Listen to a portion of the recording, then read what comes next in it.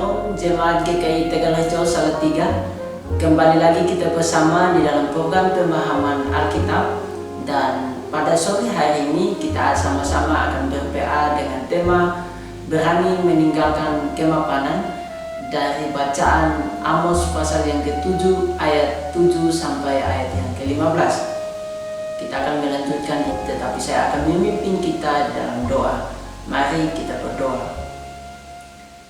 Bapa kami, anak-anak-Mu datang dan penuh ucapan syukur buat kasih karunia dan anugerah keselamatan yang Engkau limpahkan bagi kami. Pada saat yang indah ini kami akan ber-PA. Kiranya apa yang kami pelajari biarlah menjadi pedoman di dalam hidup kami. Roh Kudus selalu menuntun kami agar kami dimampukan membarui hidup hari lepas hari. Di dalam nama Yesus Kristus kami mengucap syukur. Haleluya. Amin.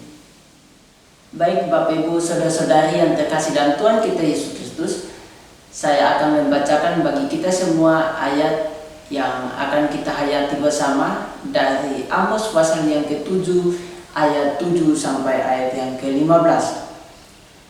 Inilah yang diperlihatkannya kepadaku. Tampak Tuhan berdiri dekat sebuah tembok yang tegak lurus, dan di tangannya ada tali sifat. Lalu berfirmanlah Tuhan kepadaku, apakah yang kau lihat, Amos? Jawabku, tali sifat. Berfirmanlah Tuhan, sesungguhnya aku akan menaruh tali sifat di tengah-tengah umatku Israel. Aku tidak akan memaafkannya lagi. Bukit-bukit pengorbanan daripada Ishak akan dilicin-tandaskan, dan tempat-tempat kudus Israel akan diruntuhkan, dan aku akan bangkit melawan keluarga Yerobeam dengan pedang. Lalu Amasya, imam di Betel, menyuruh orang menghadap Yerobeam, raja Israel, dengan pesan, Amos telah mengadakan persepakatan melawan tuanku di tengah-tengah kaum Israel. Negeri ini tidak dapat lagi menahan segala perkataannya, sebab beginilah dikatakan Amos, Yerobeam akan mati terbunuh oleh pedang, dan Israel pasti pergi dari tanahnya sebagai orang buangan.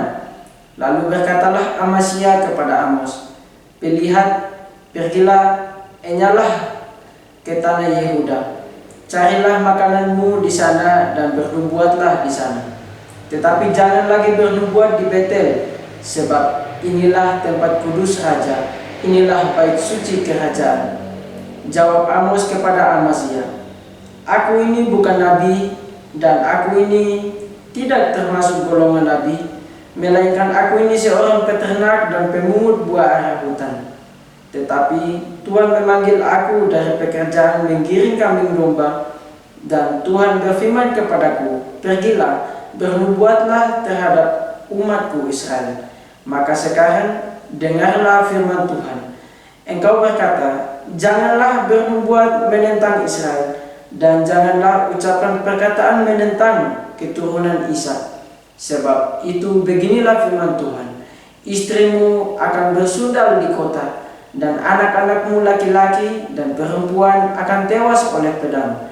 Tanahmu akan dibagi-bagikan dengan memakai tali pengukur. Engkau sendiri akan mati di tanah yang najis, dan Israel pasti pergi dari tanahnya sebagai orang buangan. Demikianlah firman Tuhan, dan saya akan memberikan pengantar singkat bacaan kita pada sore hari ini. Bapak Ibu yang terkasih dalam Tuhan kita Yesus Kristus, kadangkala kemapanan menjadi musuh dari perubahan. Maksudnya ialah seseorang yang sudah merasa mapan cenderung untuk tidak menerima perubahan. Bahkan orang yang sudah mapan bisa saja tidak peka dengan keadaan di sekitar. Amasya adalah seorang imam yang mapan. Kehidupannya dijamin oleh Raja Yerobeam, sehingga ia buta terhadap lingkungan yang ada di sekitar.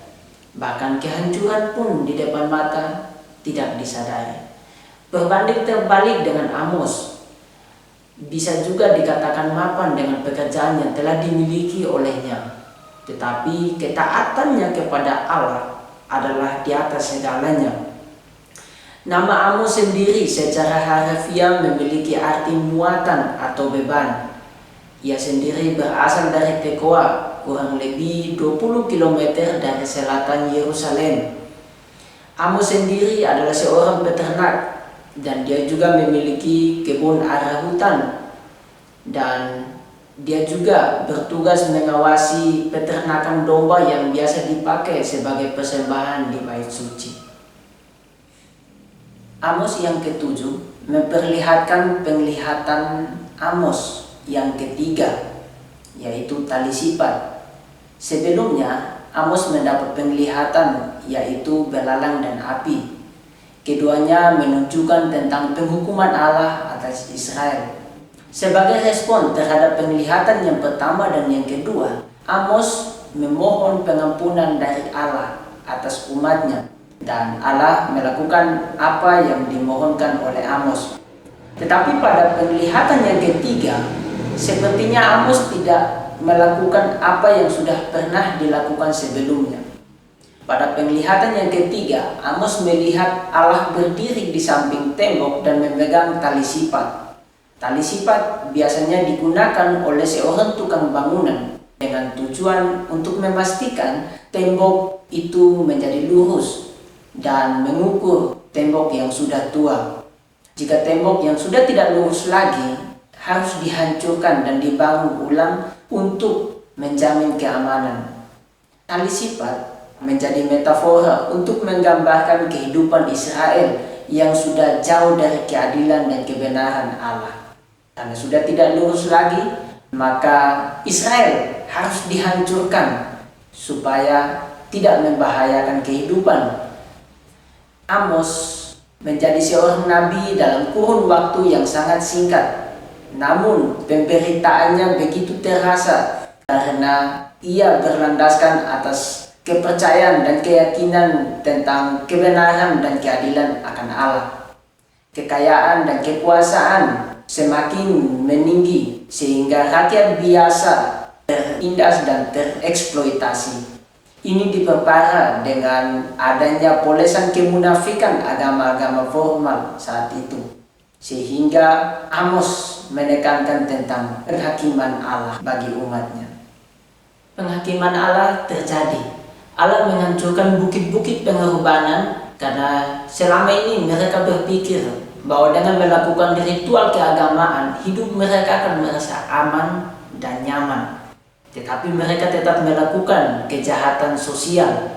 Itulah sebabnya Allah memporak-porandakan mereka sedemikian rupa. Berita yang disuarakan oleh Amos membawa kegusaran bagi mereka yang mendukung Raja Yerobeam saat itu, tidak terkecuali Amasya. Siapakah Amasya? Ia adalah seorang imam yang bertugas di Betel. Nama Amasya secara harfiah berarti Tuhan itu kuat. Arti namanya tidak seindah dengan apa yang ia lakukan. Ia menjadikan Betel sebagai persembahan kepada raja dan bukan kepada Allah. Itulah sebabnya dia tidak pantas disebut sebagai hamba Allah, melainkan hamba raja.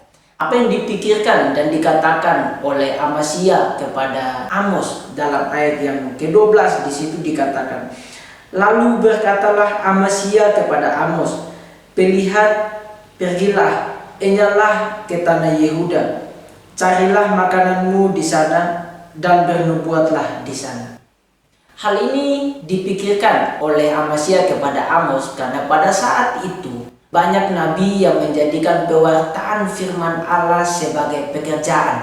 Itulah sebabnya Yeremia dan Yesaya banyak berhadapan dengan nabi-nabi yang seperti itu. Untuk menolak tuduhan itu, Amos menyatakan dirinya secara jelas kepada Amasya. Oleh sebab itu, meninggalkan kemapanan dan mengikuti perintah Tuhan atau panggilan Tuhan untuk menyuarakan kebenaran dan keadilan bagi sesama adalah hal yang sangat-sangat baik untuk dilakukan. Demikian pengantar singkat yang dapat saya berikan, dan video ini akan di-share di grup info GKI Tegal Rejo untuk ditanggapi bersama. Tuhan Yesus memberkati.